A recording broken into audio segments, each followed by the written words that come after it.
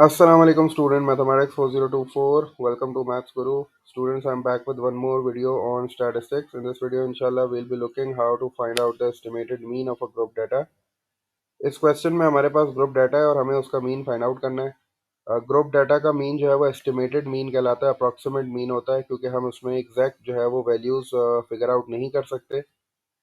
Ungroup data में तो हमारे पास एग्जैक्ट वैल्यूज़ होती हैं और हम उनका मीन फाइंड आउट करते हैं, तो जो मीन मिलता है वो बिल्कुल एग्जैक्ट होता है।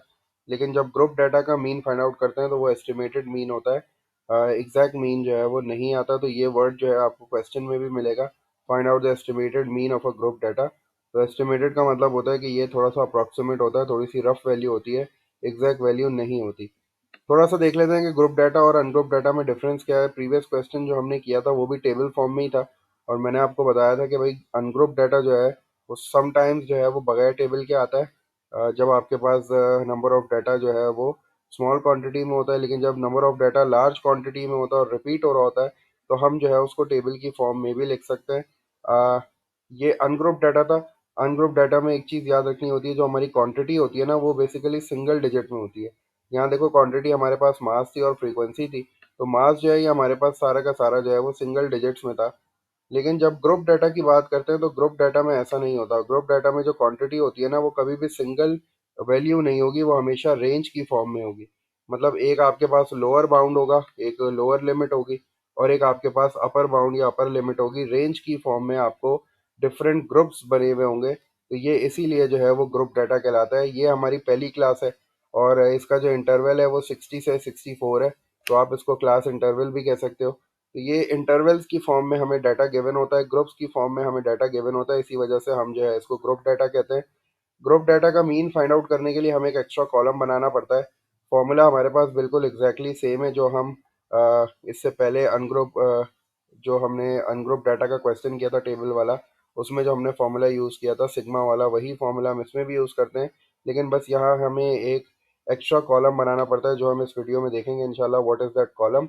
पहले थोड़ा सा ग्रुप डाटा की बात कर लेते हैं कि ग्रुप डाटा का मीन जो है वो एस्टिमेटेड क्यों कहलाता है। इसका रीज़न ये है कि अगर मैं इस डाटा को एनालाइज करूं जो मुझे यहाँ गिवन है, तो उसमें मुझे मार्क्स दिए हुए हैं। और जो मेरी पहला ग्रुप है, जो पहला इंटरवल है, दैट इज़ फ्रॉम 60 to 64, और इसमें जो है वो दो स्टूडेंट आ रहे हैं। मतलब मैं ये कह सकता हूँ कि भाई 60 से लेके 64 मार्क्स के दरमियान दो स्टूडेंट जो है वो लाया करते हैं। अब मैं अगर उन दोनों स्टूडेंट्स के मार्क्स को लिखना चाहूँ तो मैं एग्जैक्टली उनके मार्क्स नहीं लिख सकता, क्योंकि 60 से 64 में 60 भी आता है, 61 भी आता है, 62 भी आता है, 63 भी आता है।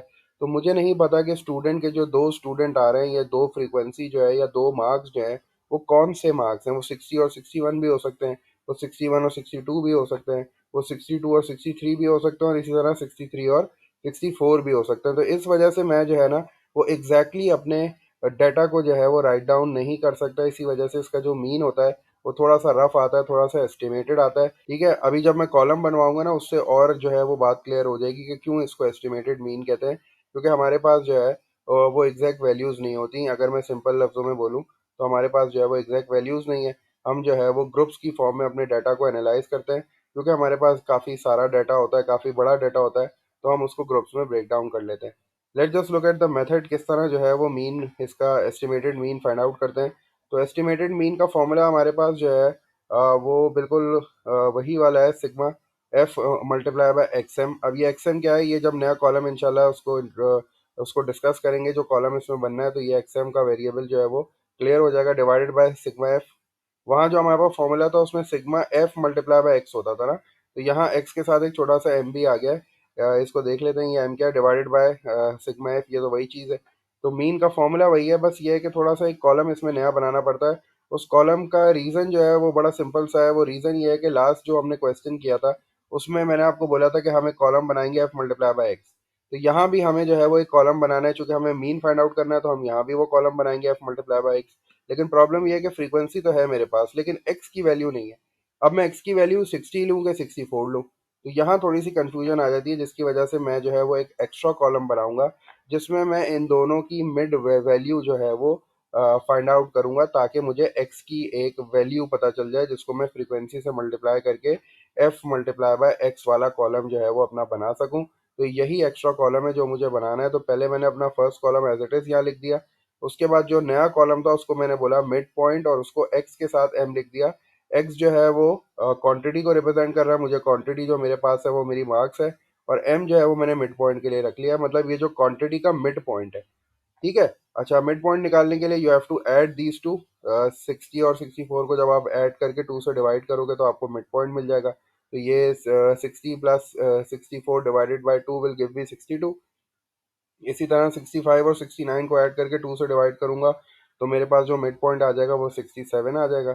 70 प्लस 74 डिवाइडेड बाई 2 करूंगा तो मेरे पास जो मिड पॉइंट आ जाएगा that will be 72। 75 plus 79 divided by 2 will give मी 77। और इसी तरह 80 प्लस 84 डिवाइडेड बाई 2 करूंगा तो मेरे पास जो है वो मिड पॉइंट आ जाएगा 82। और ये जो है मेरे पास एक्स की वैल्यूज़ आ गई हैं, क्योंकि यहाँ मैं एक्स की वैल्यू का आइडिया नहीं लगा सकता था कि क्या लूँ, एक्स की वैल्यू 60 लूँ कि 64 लूँ।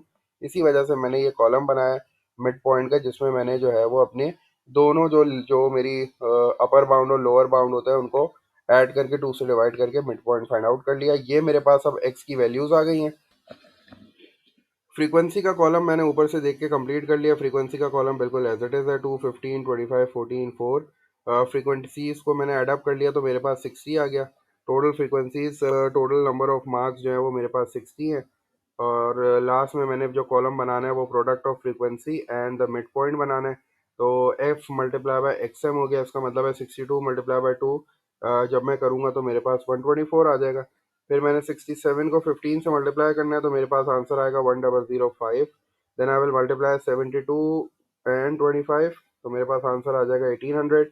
77 multiply by 14 will give me 1078 and 82 multiply by 4 will give me 328। ये सारे के सारे जो है मैंने प्रोडक्ट निकाल लिए। अब मुझे इन सब को ऐड अप करना पड़ेगा, इन सब का टोटल निकालना है। तो मैंने सबको ऐड किया तो मेरे पास जो इन सब का सम आ गया इस पूरे कॉलम का वो आ गया 4335। तो this is the value of the product of frequency and the mid point. ये जो है पूरे कॉलम का सम आ गया। और this is the value of sigma F, ये सिग्मा एफ की वैल्यू आ गई। अब मुझे पता है मीन के लिए मुझे जो है दोनों वैल्यूज़ को डिवाइड करना है। तो मैंने यहाँ मीन का फॉर्मूला लिखवा, sigma F multiply by X M divide by sigma F. Sigma F multiply by X M की वैल्यू है 4335 divided by 60 and the estimated mean of this data is coming out as 72.25. So that was the method to find out the estimated mean of a group data। एक नया column इसमें बनाना पड़ता है mid point का, क्योंकि आपको पता है कि आपके पास ग्रुप डाटा जो है वो रेंज की फॉर्म में होता है, वो सिंगल वैल्यू नहीं होती। तो उसकी सिंगल वैल्यू निकालने के लिए मुझे जो है वो मिड पॉइंट का एक एक्स्ट्रा कॉलम बनाना पड़ता है। वो मैं कैसे में निकालता हूँ, दोनों रेंजेस को ऐड करता हूँ, 2 से डिवाइड करता हूँ तो मेरे पास एक मिड पॉइंट का कॉलम आ जाता है। फिर मैं इस मिड पॉइंट को फ्रीक्वेंसी से मल्टीप्लाई करके एक नया कॉलम बनाता हूँ एफ मल्टीप्लाई बाय एक्स का। और फिर मैं जो है वो अपने मीन का जो फॉर्मूला है वो पुट करता हूँ, वैल्यूज उसमें लिखता हूँ और मैं अपना एस्टिमेटेड मीन फाइंड आउट कर लेता हूँ। That was the method to find out the estimated mean of a group data. I hope ये मेथड तुम लोग को समझ में आ गया होगा। फॉर्मूला बिल्कुल सेम है, लेकिन एक कॉलम एक्स्ट्रा बनाना है। ये कॉलम सिर्फ ग्रुप डाटा में बनता है, अनग्रुप डाटा में ये कॉलम नहीं बनता। अनग्रुप डाटा में आपने देखा था, मैं आपको दिखा भी देता हूँ। अनग्रुप डाटा में हमने सिर्फ एक कॉलम बनाया था, product of F multiply by x, क्योंकि फ्रीक्वेंसी भी होती है हमारे पास, एक्स भी होता है, दोनों को मल्टीप्लाई करके कॉलम बनता है। और फिर हम जो है वो अपना फॉर्मूला यूज़ करके मीन को फाइंड आउट कर लेते हैं। यहाँ भी हमने जो है वो प्रोडक्ट ऑफ एफ और एक्स एम का कॉलम बनाया है, लेकिन इसके अलावा एक नया कॉलम भी बनाया है जिसको मिड पॉइंट बोला है। तो बस अब ये चीज़ याद रखना है कि जब भी ग्रुप डाटा आएगा तो आपको जो है वो इस तरह रेंज की फॉर्म में, इंटरवल की फॉर्म में डाटा गिवन होगा और आपको मिड पॉइंट का एक कॉलम बनाना पड़ेगा। उसके बाद आप अपना मीन निकाल लेना और आपको रिक्वायर्ड मार्क्स मिल जाएंगे। 3 मार्क का क्वेश्चन आता है ये। जब भी ग्रुप डाटा का मीन पूछता है तो वो 3 मार्क्स का होता है। तो इसी तरह कॉलम्स बना के वर्किंग कर लो, कैलकुलेटर अलाउ होता है। कैलकुलेटर अगर अलाउ नहीं होगा तो you have to multiply it by your hand और आपको सारी वर्किंग दिखानी पड़ेगी। आई होप ये मेथड तुम लोग को समझ में आ गया होगा। स्टिल कोई कंफ्यूजन है, कोई क्वेरी है तो मुझे ज़रूर बताना। मैं इंशाल्लाह ज़रूर और इस पे वीडियोस बना के तुम लोग की क्वेरी को रिजॉल्व करूंगा इंशाल्लाह। All the best for your assessments and take care. अल्लाह हाफ़िज़।